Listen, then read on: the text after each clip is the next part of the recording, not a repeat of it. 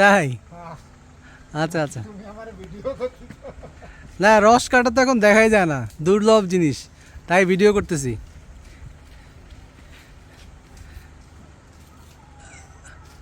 আপনারা দেখতে পাচ্ছেন খেজুরের গাছ কেটে রস আহরণের প্রস্তুতি নেওয়া হচ্ছে।